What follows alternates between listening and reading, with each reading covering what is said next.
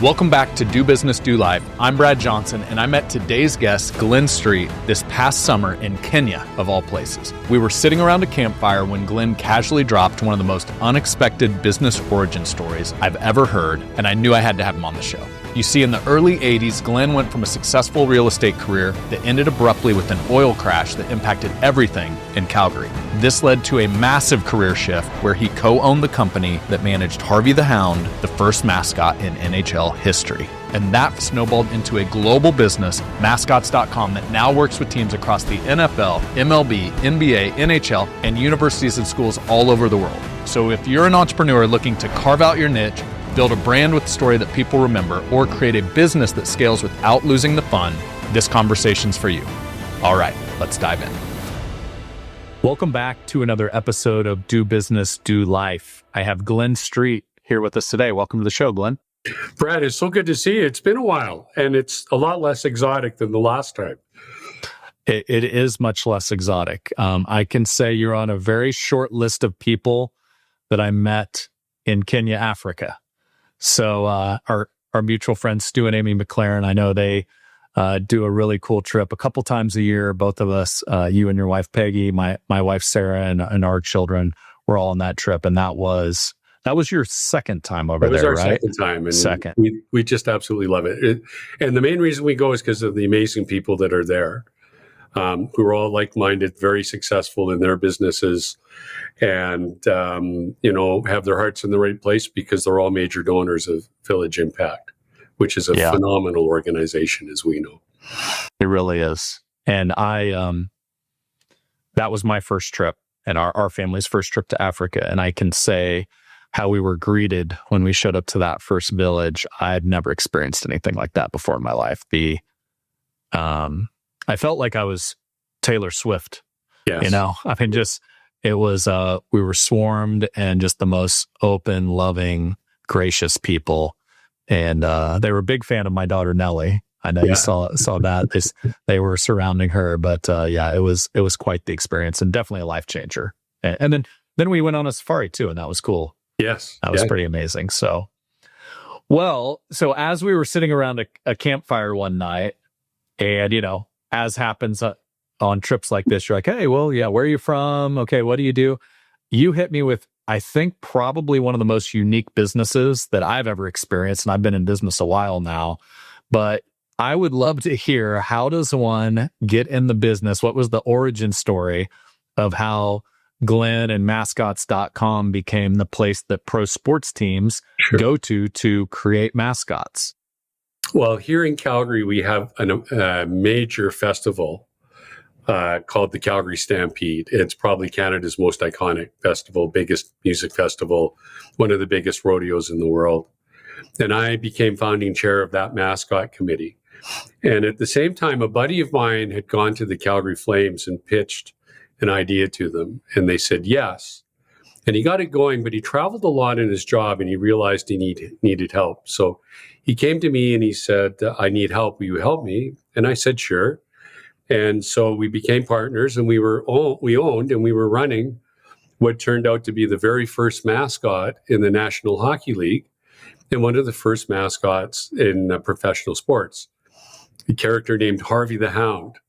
And if all people have to do is put in Harvey the Hound, Craig McTavish, Edmonton, there's a video that goes viral there's a huge rivalry between Calgary and Edmonton, and the Edmonton coach reached up and tore the tongue out of the Calgary mascot, which was a ton of fun. But anyway, we're running this character, and teams would come and play the Flames, and a couple of days later, I'd always get a phone call. Hey, that's a great idea. Can you do one for us? And the response is always, nah. You know what? We're just doing this for fun. It's a lark. You can't buy tickets to Flames games. It's our only way in. But the calls kept coming and coming and coming. So in 87, we opened our doors. 89, I bought my partner out. And fast forward to today, we've worked with about half the characters in the NFL, NHL, and Major League Baseball. We've done a whole ton of colleges. The only continent we don't have a client on is Antarctica. And because 95% of what we do is export, we've just crossed the $250 million line of economic impact for our city. So it's this fun little story that nobody in Calgary knows we exist. We're based in Calgary, but everybody in sport in the United States knows who we are. So let's go back to that original Mascot, and I want to piece this together.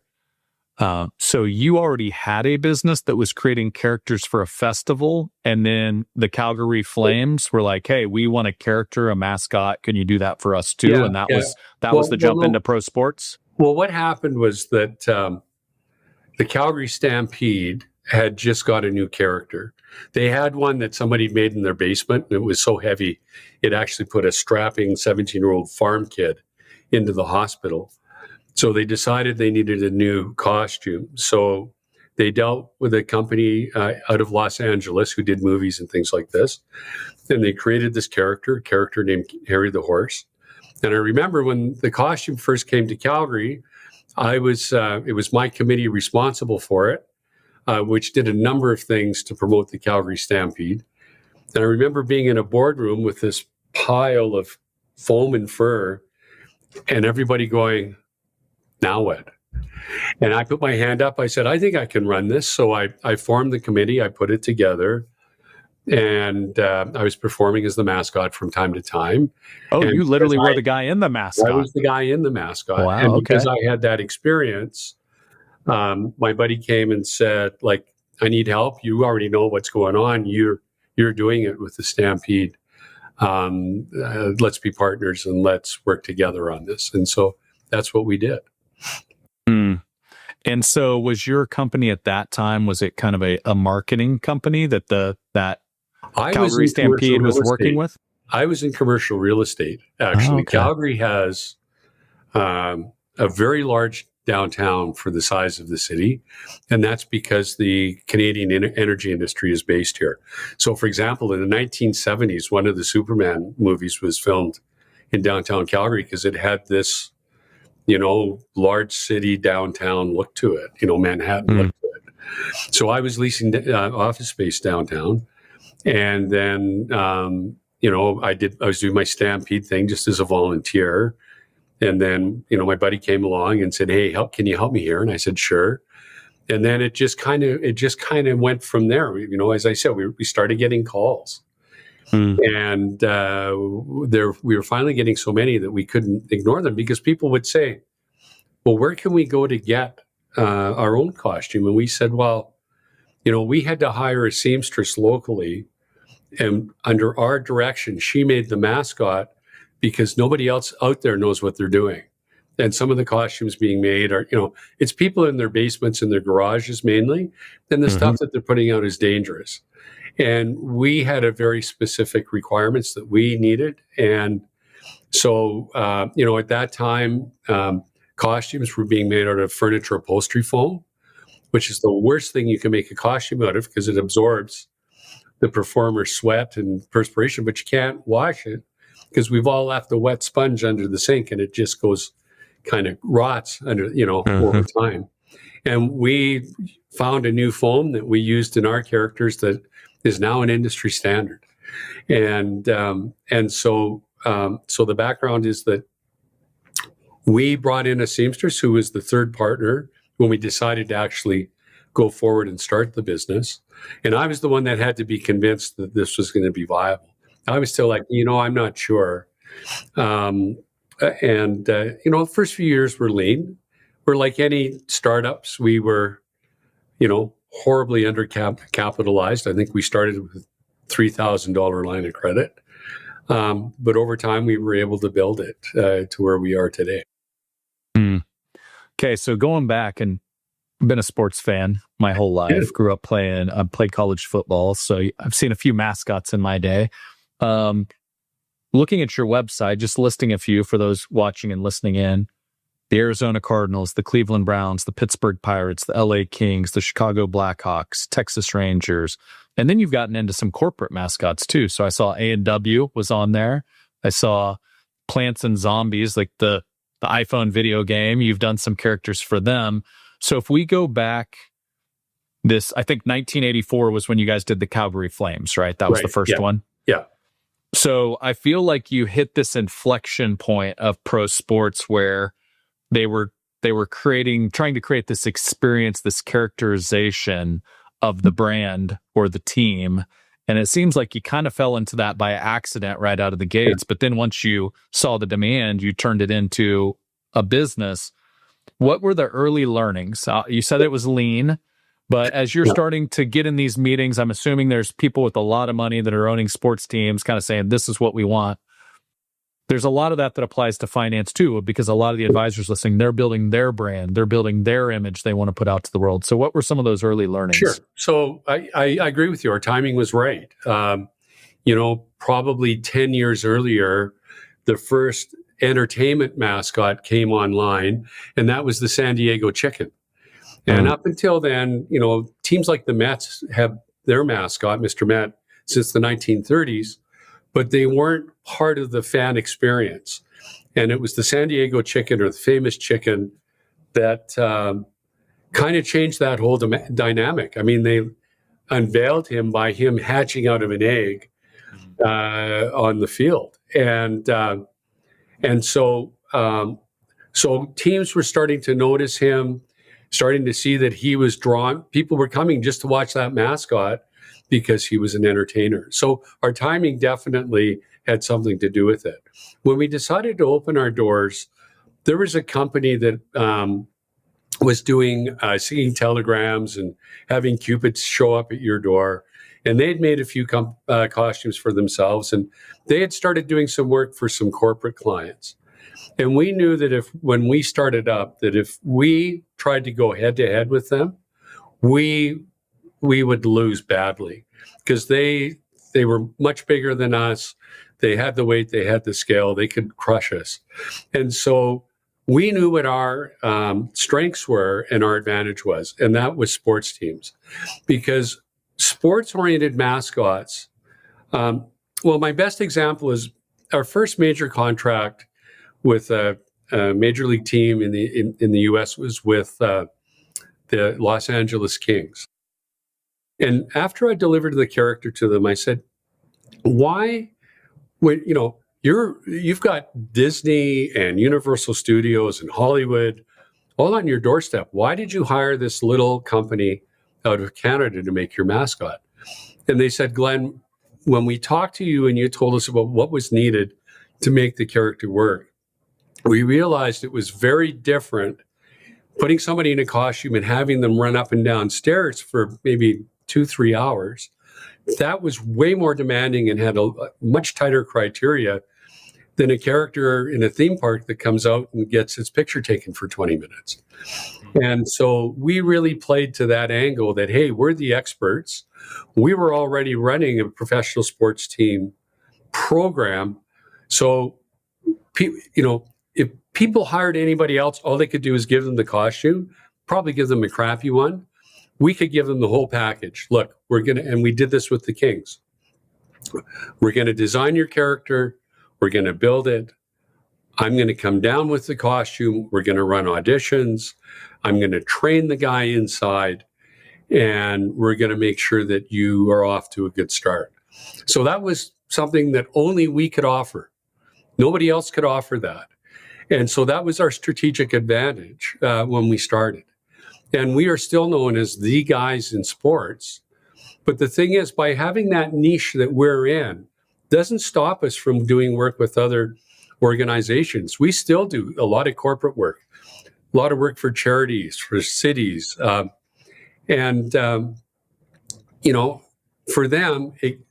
it's credibility by association. If we are good enough for the LA Kings or whoever, then we're good enough for them.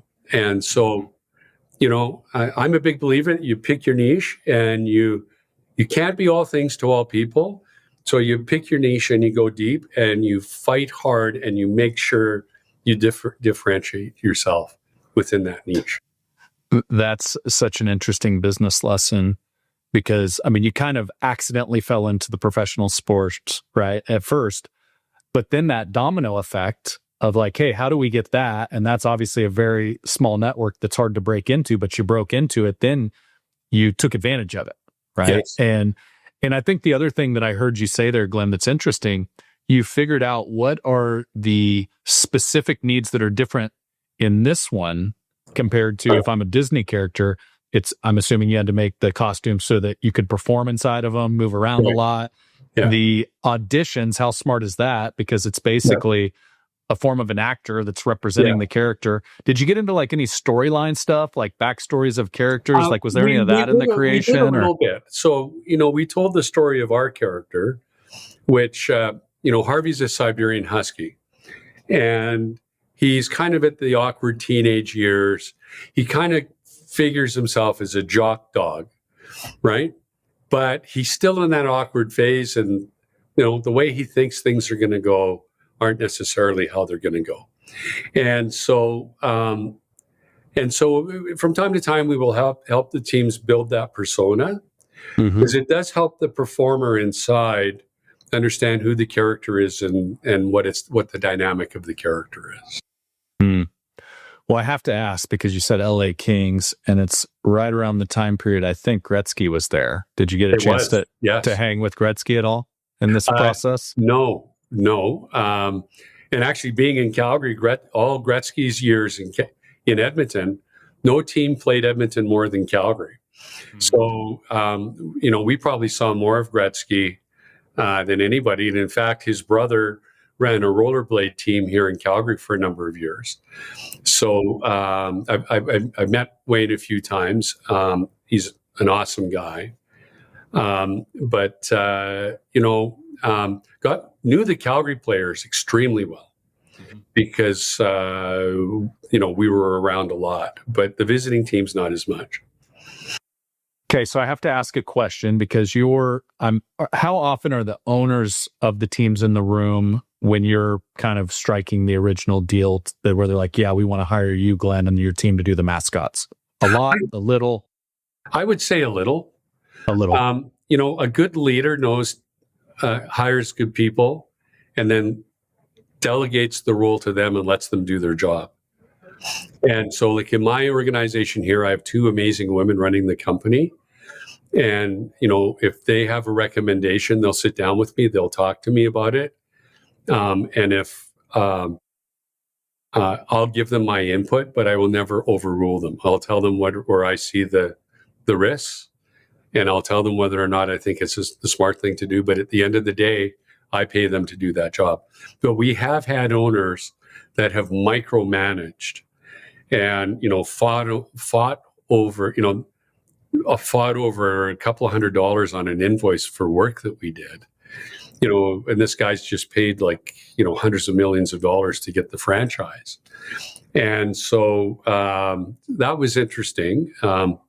We wound up not getting that one. And we were very relieved we didn't, because it was just way too difficult. But most of the time, the organizations know what they want. And, they're asking for guidance. So we'll give them guidance on design, what the character should be, et cetera. But most of them these days are, they've got their organizations dialed in pretty good now. And it's not like the early days of, we don't even know where to start. Yeah. Most of them, here's another example, like the players. So when we started Harvey, we just started the character, and Grant, my friend who was my partner, had actually been doing the Calgary Stampeders football team mascot and built it up kind of into a national icon. And so, but we were really the only ones with experience. And so when we would go and help the Kings and places like that, we were bringing in people who didn't have mascot experience. Today, the performers, the people inside the costumes, they'll start in high school. They'll go to college. They'll be the mascot for a college. Then they'll join a farm team. They'll be in the farm team, and then hopefully they get called up to a major league team. It's just the same pathway as players now. Did you tell me yesterday there's some mascots making $400,000 a year? Yeah, some mascots are making $400,000 a year. That's wild. And well, if you think about it, some of these teams are very smart. And the reason why those players or those performers get paid so much is that they have created a real persona for their character, and they've created real demand. And what a lot of the teams will do is they will revenue share on ancillary revenue. So if your daughter's having a birthday party and you want the mascot there, it may be $500 to $1,000, whatever, to have the character show up for 10, 15 minutes or whatever. And they will, the real smart teams will give most of that revenue to the performer because they want to keep him motivated. They want him to be out as much as possible because that's their brand that is out in the community. That's an ambassador roaming around. Makes a lot of sense. Yeah. Yeah. And, I spoke at the NHL league meetings a few years ago, told our experience with the Flames. And, Calgary's a hockey mad city. In fact, they're building a new arena right now. And the VP, when I finished my story, the VP stood up and he said, you have to understand, Glenn is telling the truth here. We could take our mascot and we could take our iconic player. We could send them down the street together in Calgary. More people are going to know who the mascot is. So it's, and the teams, they control the mascots. They can ask a player to be there. He may or may not show up. The mascot, if they say the mascot's going to be there, it's going to be there because he's an employee, a direct employee of the organization. So the teams that do it really well try to win for everybody because they win just by having that character out in the community, interacting with people and the kids at that birthday party saying, hey, let's go to a game. Mm-hmm. The IP that's created, like if I just look from a business standpoint, so now you've created kind of an icon for the brand that can that's unique because it can go out into the community and kind of spread the word and create an experience. And also, I mean, I just look at Disney.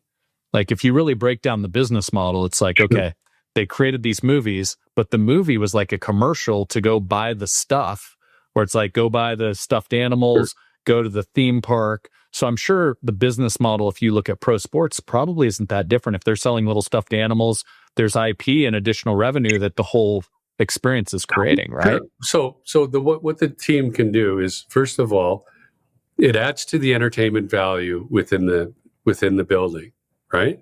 Having the character there on breaks or whatever, the character can be interacting with the crowd, getting the whole stadium going in some cases.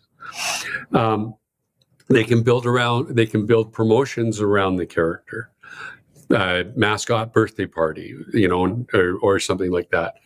They can bring in new sponsorships tied around the mascot. So Lazy Boy Furniture will have the best seats in the house, and it's a couple of really nice recliners, and the mascot will take the people from the worst seats in the house and lead them down, and that draws attention to that promotion.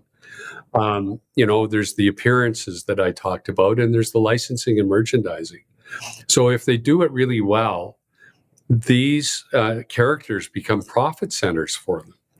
And, I don't know where else you can add to the entertainment value and the fun to your brand and actually make money at it. Mm-hmm.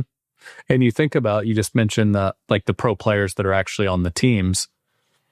Unfortunately, this day and age, they need more money. They go to a different team. And, but the mascot, that's the player that's on the team forever, because obviously if the guy or girl inside of the suit moves on, the crowd doesn't know it. It's still the same character right there in front of them. So it's almost like this pillar they can start to build the brand on that they don't have to worry about, leaving and going down the street later on. What, if you can share, what's ballpark of like the teams doing this well, the sort of additional revenue a mascot is driving to the actual business? I don't have those numbers, but if performers are revenue sharing and they're getting paid because the team was able to get the local Ford dealership to become a sponsor. And part of that is that the mascot has to come to the dealership 3 times over the season, and the performer's getting paid for that, and getting paid well. And then all these other appearances and, Valentine's Day delivering roses, if you're there with your wife, roses to your wife because you've paid to have that happen. As I said, that's how they, part of it is the entertainment value, and they become a really important asset. And they become an important asset as well, because not everybody at the game is necessarily a fan of the game. Yeah. And so, again, I may take my wife to a baseball game. She would have no clue about baseball. She's not into sports. But if the character's roaming around the crowd and creating, all these moments of entertainment, or even if I am a big fan, but the team sucked in the game, I may be walking away going, yeah, team should have won that one. They were terrible. But wasn't that funny what Mascot did over here? That made the game for me, right? So the teams now aren't in the sports business. They're in the entertainment business. And so the mascot, it can become a part of that entertainment when the game itself isn't actually happening during the breaks and things like that. Well, there's a very big example that has kind of taken over pro sports, if you want to call it pro sports, the Savannah Bananas, who have really, they've turned it into a spectacle of entertainment where it's almost like the game's secondary. Yeah. Yes. And now I feel like they're creating their own league. There's other teams that are popping up. How has that changed the dynamic of just how you see mascots and like just kind of the future of sports and business and entertainment? Well, I think it just reinforces. We've worked with them, and I think it just reinforces. Like the Savannah Bananas is all about entertainment. It's like the Harlem Globetrotters. Most people that go to the Harlem Globetrotters aren't basketball fans. They go because they know they're going to have fun and they're going to be entertained. And so, we've seen this emerging over a number of years. And what's interesting was it was all the older original teams in all the leagues that were the last to adopt mascots, generally speaking, because they would go, oh, well, that's not hockey, that's not baseball. And, so they got pulled in, kicking and screaming until they realized, hey, this actually, if we do this right, it can add to the experience of everybody in the building. How often does a pro sports team, and I want to get into some of the branding because I want to apply this to finance a bit, but I'm just now curious. How often does a brand or a team do a refresh or just straight up change their mascot? Like it's not really engaging the crowd. It's kind of old. Is that often that they're like, throw that one away, create a new one? Or is it just more of like an update of the image that tends to happen? Yeah, it's interesting. I could give you multiple stories where, fans are saying they don't like our mascot. We're going to do a wholesale change. And they bring out the new character. And because it's changed, all of a sudden the fans are going, oh, where's the old one? where's the guy from last year? He's our mascot. We miss him. And you especially see this in colleges with alumni, right? Yeah. It's been a tradition in our school for 40 years, and you're not going to change it. And so when we work with some teams, Iowa State, I think it was, Herky, where they needed it up to, it needed an update. But they knew if they just changed it like that the traditionalists would be saying, that's not our tradition, right? Mm-hmm. You've messed with tradition here. So what we did is we did a couple of iterations over a few years of this character. And it's like when your friend shaves their mustache off, right? They shave off their mustache, and the next time you see them, you go, there's something different about you, but I can't really figure out what it is, right?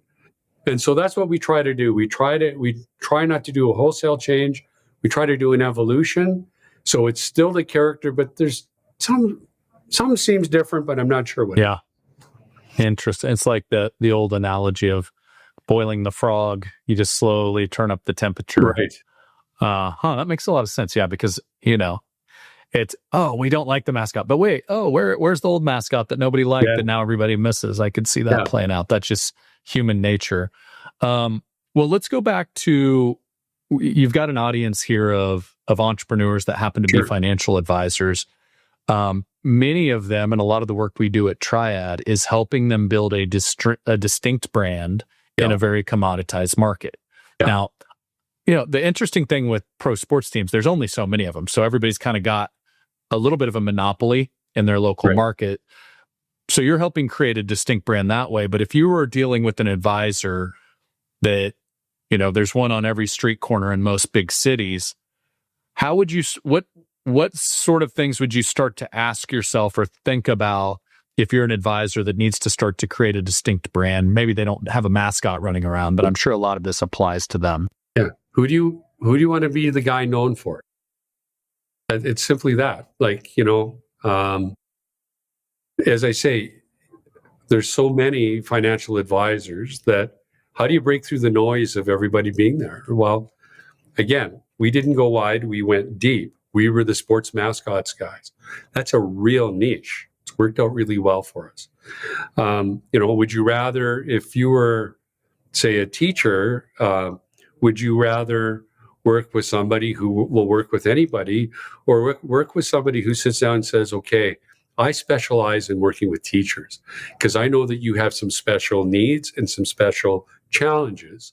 And so I understand you and what you're going through better than anybody else in the industry. That's what we said to the LA Kings, right? You can go to Disney, you can go to Universal Studios, they'll make you a theme park mascot. You're not a theme park. And so that's the thing I would say is, what do you want to be known for?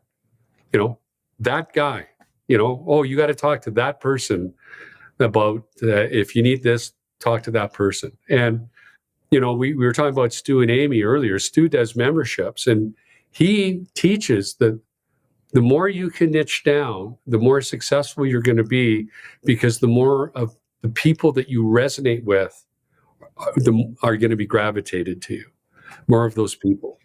So, don't try and do everybody.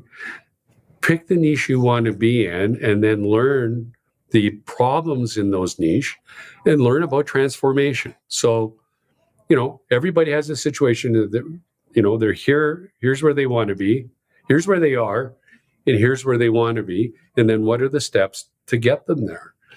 And it's all this, it's a story about transformation. I worked with this teacher, and who was in debt and, had no savings. And within 5 years, we cleared off all her credit cards. And now she's got, $200,000 of savings, and she's feeling like she's going to be okay when she retires, and she's going to be able to afford college for her kids and those things. So those are the points I would make. When we were in Kenya, I was sitting by the pool. You probably don't remember this. I snapped a picture and put it on WhatsApp. I was reading Building a StoryBrand by Donald Miller. He's just rewritten the book. And I learned about the book because a very close friend of mine runs a video production company. And we were out for beers one night, about 8 of us, all business owners. And he said, guys, I read a book that's completely changed my business and changed how I present my clients to the public, or how I tell their story. And it was this book, Building a StoryBrand. Everybody says they're the best at what they do, or whatever. People don't care about that. They want to know, what is it?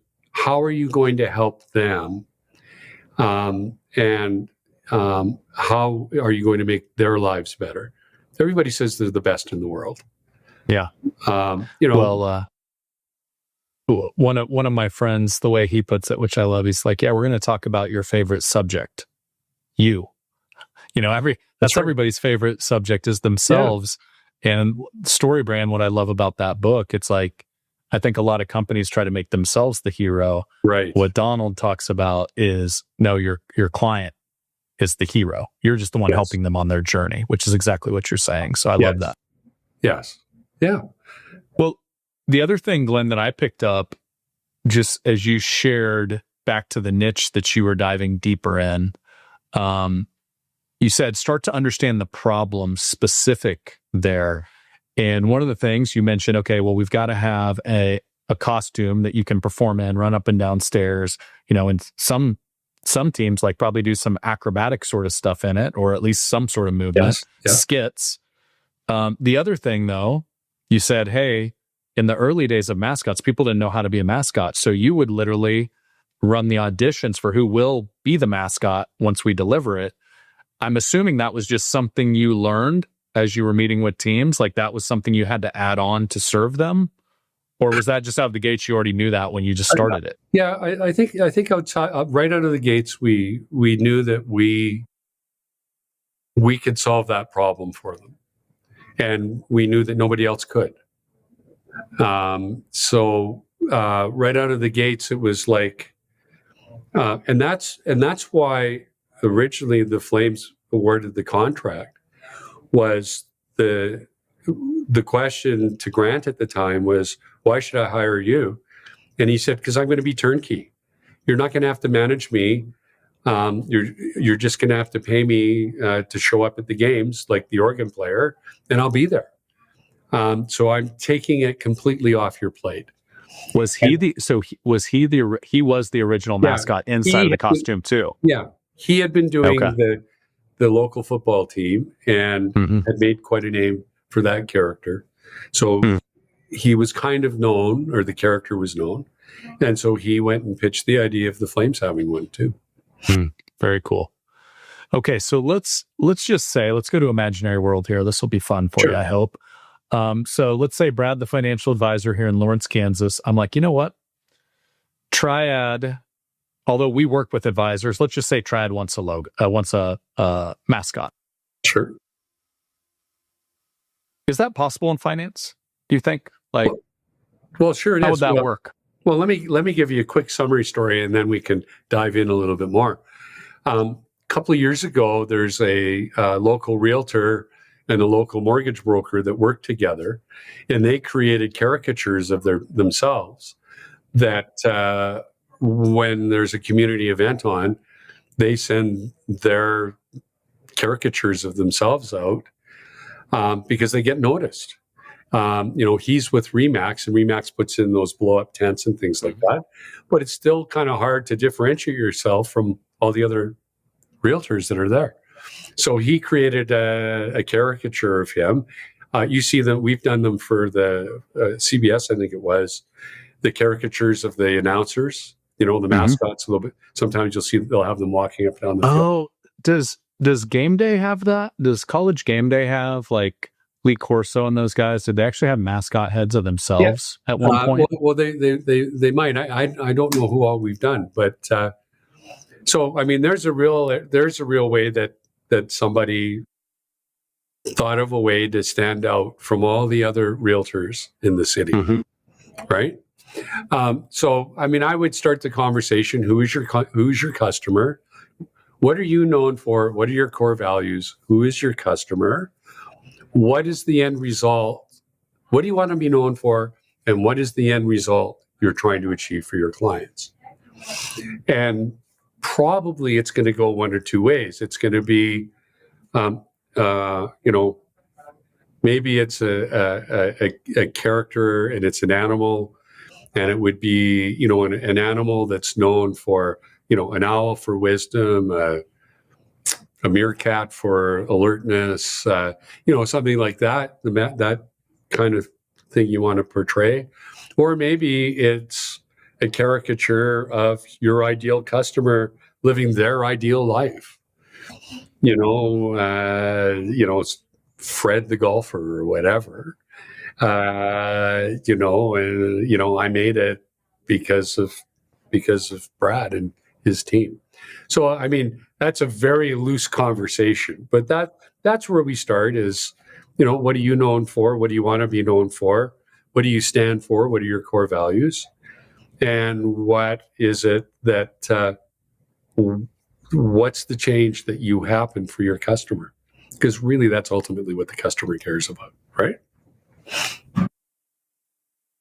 And I got my wheels turning, Glenn. So I'm like, Good. because there was an idea, this was probably 10 years ago. Do you guys have something called Flat Stanley up there in Canada? Have you ever heard of that concept? No. So it's this little grade school like project where you get Stanley and he's on a piece of paper and you cut him out and he's like this tall and you color him or whatever grade schoolers do. And then Flat Stanley you mail around and basically your relatives take pictures with Flat Stanley. So Flat Stanley kind of travels and you get all these pictures and stories back of his adventure. And we actually had some advisors at the time, they created this caricature for themselves and they would have their clients take them on vacation with them. So it's like, okay, they're in Antarctica. Oh, they're in Paris. Oh, and so they were traveling the world and then they would post pictures and do contests and that sort of thing. Like who got the most people in the picture with Flat Stanley, who took the picture furthest away. And I could see and that was super popular. They do this kind of fun contest with their clients and it was them kind of living out their retirement stuff and showing examples of it. And so now a prospective client comes in, they're walking down this hallway and here's all these pictures of all of the dreams they made happen. So I could see a version of the Mascot kind of playing into that and being the real life version of Flat Stanley walking around and doing their thing. So I'm curious, there'll probably be an advisor listening into this. They're going to hit you up there and be like, all right, Glenn, how much does it cost to create a mascot of myself? Right. Right. What does a costume, like a high-end real life, pro mascot cost to like build and manufacture? So I would say if people were to budget, and I'm going to throw out a high number because I hate it when people lowball and then, but you didn't tell me you wanted shoes with the character. Right. So if they were to budget $12,000 to $18,000, $18,000 is going to be more than enough. Probably it's going to be around 15. It's just a direct reflection of time and materials, really. So, and that's to have like the same caliber of a mascot that a pro team would have walking the sidelines. Yes. Yeah. Yeah. No, it's not outrageous. Well, the clock is ticking. So what I want to do, as we were kind of chatting before we hit record, you said one of the things going to the actual business you've built, which has been a very successful one. You've got just over 30 team members. And you shared earlier, you've got 2 people in charge of running the business. And I know you operate under kind of the EOS, the visionary, the integrator model. Yes. But you shared something that hit home. You said, hey, we have core values, but more importantly, we want to live them. Sure. And one of the things you mentioned was just some rituals you have inside of the company to make sure they're not just something up on a wall that nobody knows what they are and everybody forgets. So can you share some of that, if you don't mind? So we have 6 core values, and I'm a huge believer in core values. If you do it right, your core values become the DNA of the organization. You don't need a whole lot of rules and policy if you are rigid on your core values. A great example is a friend of mine started what is now Canada's second biggest airline, WestJet. And he said, he and I sat on a board together of $100 and some million company. And he said, Glenn, making a decision for us was never difficult. For example, they never had luggage fees. And he said, because we would hold it up to the scrutiny of our core values and they wouldn't align. And if it didn't lift under the scrutiny of the bright lights of our core values, his exact words, we wouldn't do it. So being a great workplace with respect was one of their core values.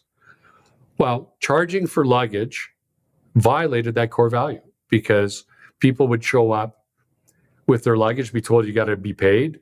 Now there's confrontation with your ticket people at the check-in counter. Then the people get smart. They start packing their bags. They put too much in. They carry them onto the planes. Now your flight attendants are having to deal with all this extra stuff on the plane. And there was they're not going to be happy and there's a higher chance of injury. So I'm a huge believer in core values, but you just can't write them out, put them on the wall. You have to live them every day by day, and you have to celebrate them, and you have to have folklore stories about them. So we do a daily huddle every day at 9:36 in the morning. 9:36, because if I say 9:30, guess what happens? It's 9:36 is a very definite time. 9:30 is not. 9:30, some people will be there at 9:28. Some people will roll in at 9:32. So 9:36 is a very definite time. We start with the core value of the day because we have 6 core values. So they'll read off the core value for whatever day of the week it is. We go through what's going on in the organization that day. We have some announcements. And then we finish off with our last core value, which is a reminder to our team, have fun. We're not solving world problems here. We want them to keep perspective of even if we're under the gun, this is still, we're bringing fun to people. Mm-hmm. One of the things that we do as well is we have what we call character references. And people have probably seen the notes, high five notes. We've just adapted them to our business, and it's called character references. So here's one here that I pulled from one of our team members, and I'll read it to you. It's to Giselle from Masha. The core values that they showed were customer care, be the customer, and excellence, be your best, quality is king. You helped me. Thanks for helping me with Tyler Junior College. Nice to have you on the team.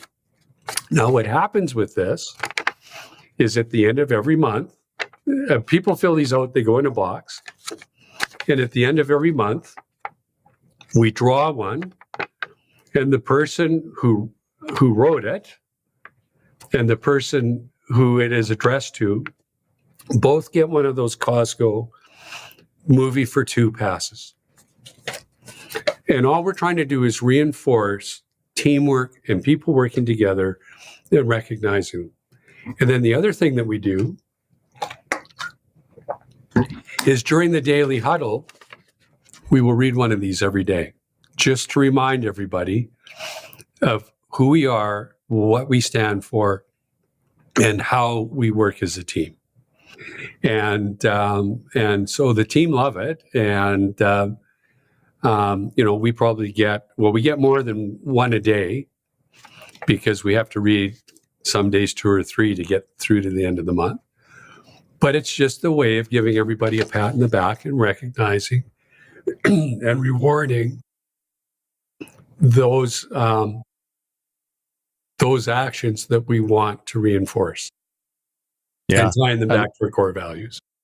I love that. One of the things that I often say to the team is if you think gratitude, share gratitude, because it's just like it's the biggest gift that's ungiven if you don't express it. So I love that you have a process and a system that not only encourages gratitude for others, but rewards gratitude. And one of the things as we were talking through that I shared with Brooke on our team, I was like, okay, well, we do something called a DBDL award, Do Business, Do Life, not too different than yours, but we only reward the person receiving. I'm like, we need to start rewarding the people, sharing it. And I love that you reward both sides because there's great culture builders on both sides of that equation. Right. Well, and it allows you to reward the actions that you want to see. Mm-hmm. Are there other rituals in a weekly, monthly, quarterly basis that your team does that help reinforce the culture you want to have? Well, there are a number of things. As you said, we run on EOS primarily. Although the daily huddles is from Gazelles, Vern Harnish and Gazelles. But I do a weekly L10 meeting with my two implementers. One is the general manager of the company. The other one is the production manager. Everybody in our organization has a key number, and I go through all those key numbers with them. So, and the way I get those key numbers is I ask one question. What are the 1 to 3 numbers I need to know whether you're doing your job or not? So with my sales guys, it's how many did you sell? It's that simple. I don't need to know how many cold calls you made. And like I had a friend whose company was bought and they brought in Salesforce, and senior management, who was a big company, started focusing on numbers that weren't really important. If the guy's a sales guy, you want him selling. And so with my production manager, her key number is the direct cost as a percentage of revenue. And what that tells me, it can only be 3 things that are wrong.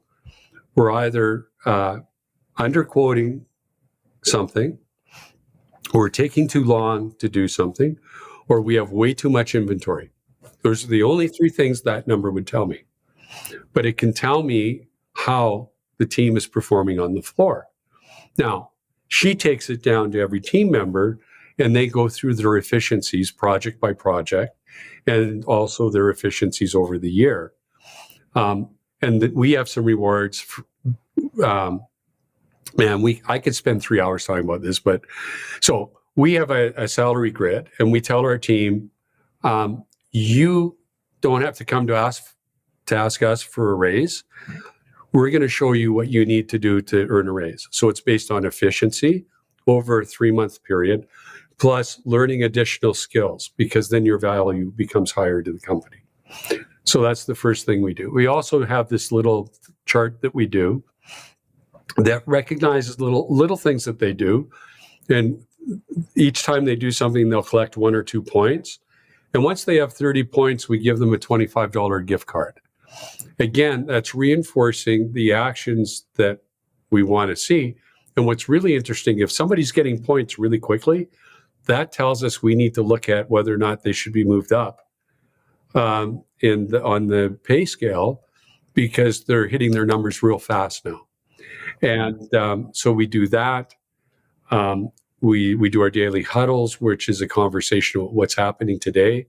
Since we started those daily huddles, our warranty work has dropped to almost 0, because the left hand knows what the right hand is doing. So the person who's building the body of this character and the person who's building the head, oh, that reminds me, I need to talk to you. How is the neck of my costume going to fit with the head that you're building right now? We do that. We do a really interesting thing. We, on everybody's anniversary, we give them cash, $100 per year that they've worked for us. And what I do is I would just, I don't hand them a check. I go and I get $100 bills. I put on this red schlocky game show host jacket, and I come down and I'm in the voice of a game show. Good afternoon, ladies and gentlemen. It's time for another exciting edition of It's Your Day. And just make it a ton of fun. And I say, today's contestant joined us less than 5 years ago, and they try to figure out who that is. And when they do, that is absolutely correct. And then I have the studio audience count along with me. And, 5 years, how much is that? $500. And then we count along. And then I will say, and that $500 brings their total winnings to, and I'm just picking a number right now, $1,100. So the best example I can give is last week I was away. My general manager did it. It was to our salesperson who's been with us 20 years. He got $2,000, and his lifetime winnings were $20,000. So you don't have to work 25 years and get a gold watch from us. And people say, well, why do you do that? Well, the reality is, if that individual was to leave us, it would cost me more than $2,000 to replace them.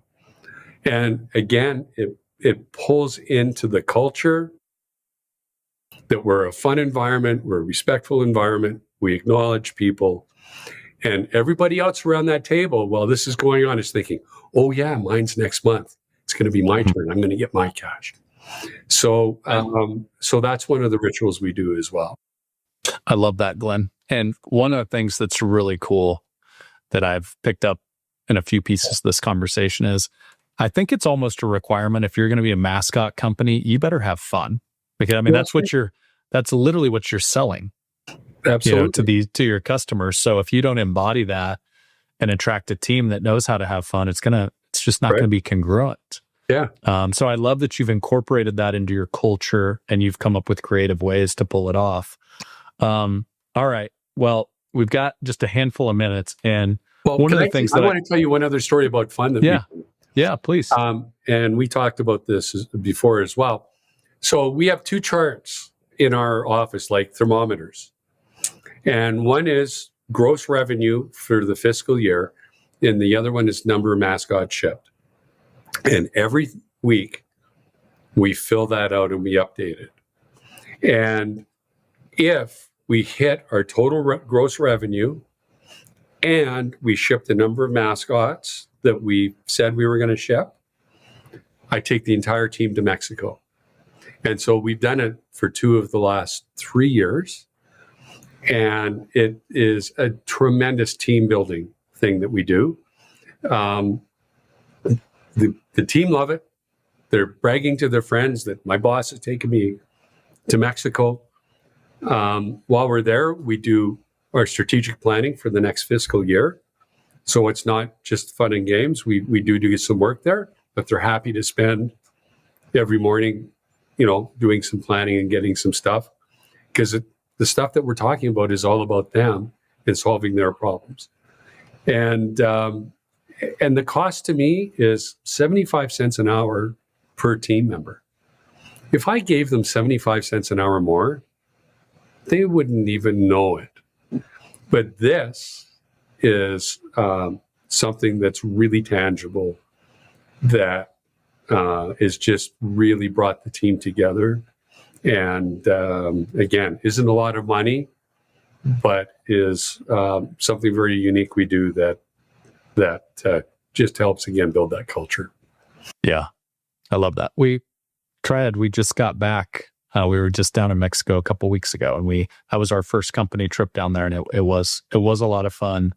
And do you is that just your team you take? Do you allow spouses, significant others to join that as well? We just do the team, and because part of it is that the purpose is working. Yeah. Because if we don't do some work, and we do work when we're there, it becomes a taxable item for them. Yeah. And so, we go down, and the other thing is, if they're bringing their significant others with them and their families, they're going to be off with them. They're not going to be congealing with the team. Yeah, and that makes sense. We tried to do a lot of stuff together. We went on a day sale one day, and we try to do stuff as a group, have all our meals together and things like that. So you do some good team building. Yeah, it's team building. We're trying to build those bridges amongst them even stronger. Very cool. Well, so one of the things I picked up during our time in Africa, number one, you're super humble. And I think that's just an incredible leadership quality. But I've just felt this like wisdom oozing out of you. And I think wisdom is oftentimes created from some stuff you did right along the way, and oftentimes from some stuff that you didn't and you learned from. So if you were going to go back to, let's pick 1984 Glenn, that's just closing the deal with the Calgary Flames. If you had to give yourself some advice, and maybe avoid some heartaches, or maybe just, hey, we could have gotten there a lot quicker if we did it this way as an entrepreneur, what advice would you give yourself? Well, I'm fortunate. I got to spend some time on Necker Island with Richard Branson. And what I took away from that experience was I never thought big enough. Mm. I always played small. And so I would tell my startup self, how do you make this a $200 million company, $1 billion company? We're still small and we're still niche. But that's probably the one thing is that I just never thought big enough. And part of that was a scarcity mindset, that afraid I'd lose it all. And that goes back to when I started in real estate. The government the year before, or a year after I started, changed the rules on oil and gas in Canada, and the entire industry collapsed overnight.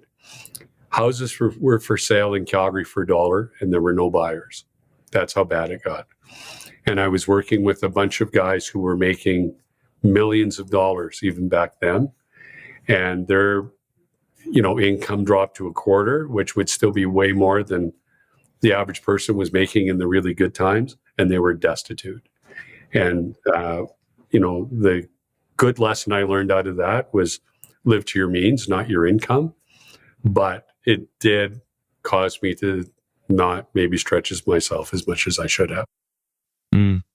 What year did you have that conversation with Richard Branson? You remember? It was probably about 8-10 years ago. Mm. And he just thinks on a completely different plane. I mean, it was amazing just to listen to him talk, because, he's thinking about much bigger global changing things. And, like Steve Jobs and Elon Musk and, guys like that just seem to have a much bigger vision of what's needed and what they can do. We could have been a FanDuel or whatever, if I'd, had that much bigger vision. Mm. Well, good news. You've done okay for yourself, Yeah, no, Glenn. I've done okay, but how's that for self-reflection? Yeah, no, I love that. That's why I asked. That's such a great answer, because I think, and I love that you recognize in yourself, hey, I've had a scarcity mindset at times, because I think any entrepreneur that is honest with themselves and doesn't let their ego get in the way, we've all had those moments of doubt where it's like, why did I do this again? Man, this is hard. And this person comes in and quits out of the blue, and you feel like betrayed and sad, but it's part of that journey. And I love that you're looking back and you're like, oh, here's what I learned about myself. Oh, here's something else I learned. And the best entrepreneurs I've ever met, they've tried to develop a lot of self-awareness. Yeah. Well, and I have a ton. And the other belief I have, and I've told this with my two implementers as well, is we have an upside down org chart. Our role is to make things easier for the team who are doing it. So we are very bottom up, if you will. Yeah. And we are constantly telling the team our role is to solve your problems. And that's really what our role is. And, I love that. And, and I'll give you an example. We had a meeting a couple of weeks ago that we weren't sure we were going to hit the number of mascots for this year. And that would devastate me, only because the trip is so important. So I said, okay, look, I'm going away. And while I'm gone, I want the two of you to have a team meeting. I want you to tell them what's going on. I want you to be honest with them so they understand. And I want you to ask them, what do we need to do to get it back on track? Because they're the ones that know. We don't know. They're the ones that are in it. And they came back with a ton of really great examples of things that we could do, and we're implementing those. If we tried it from the top down, we wouldn't have had buy-in, and it would have been surface stuff. It wouldn't have been meaningful, deep stuff that would cause that flip. So, that's part of, I guess, humble leadership is I don't have all the answers. Yeah. That's a great example. You help plan the battle, you don't battle the plan, right? That's right. Yeah. Well, I believe you've got some other stuff on the agenda today, so I've got my last question for you, Glenn. As you know, Do Business, Do Life, it's the name of the podcast. It's also the mission we're on here at Triad is to help our members build a business that blesses their life, that doesn't become their life. It's really the integration of the two versus the tug of war. I saw you and your wife Peggy really living some of that. I know you're very charitably minded. I know you love to travel and kind of have fun while you're also a business owner. So I'd love to hear your definition, Glenn, of what does Do Business, Do Life mean to you? Well, to me, I have a business for a reason, and that's to give me the life that I want, that so I can go where I want, when I want, how I want. So my wife and I were in Rio de Janeiro last week at a conference, and so I think, again, going back to the scarcity mindset at the start, I was just grinding it and grinding it and grinding it. Actually, a buddy of mine was on the Canadian version of Shark Tank last night, and they were really grilling him. And he's the visionary, and he's gone out and he's bought all these businesses, and he sees bringing them all together and becoming a supplier for small retailers. And they said to him, look, your problem is that you need an implementer.